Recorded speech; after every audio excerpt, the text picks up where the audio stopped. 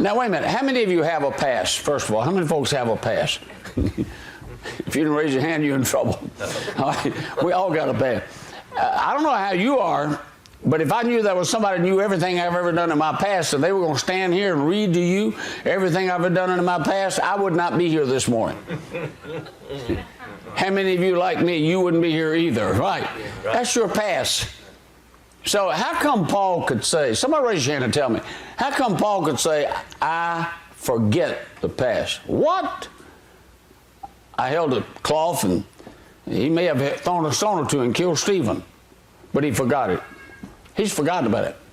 Now I'm going to tell you who hadn't forgotten is the devil. That's right. Right. The devil hadn't forgotten it. The devil said, Paul, you low down dog, you just picked up a rock and threw it and hit Stephen in the head.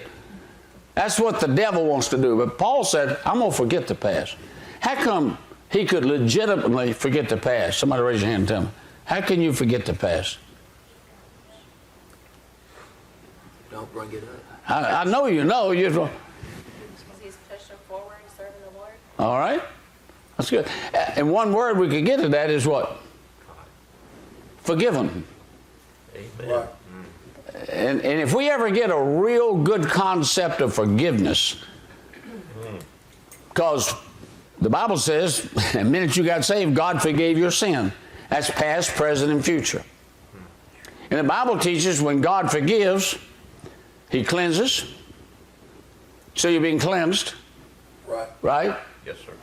And God said, as far as the east is from the west, so far as He removed, not north and south, which, you know, circular can be joined, but east and west, which go in direction, they're separate directions.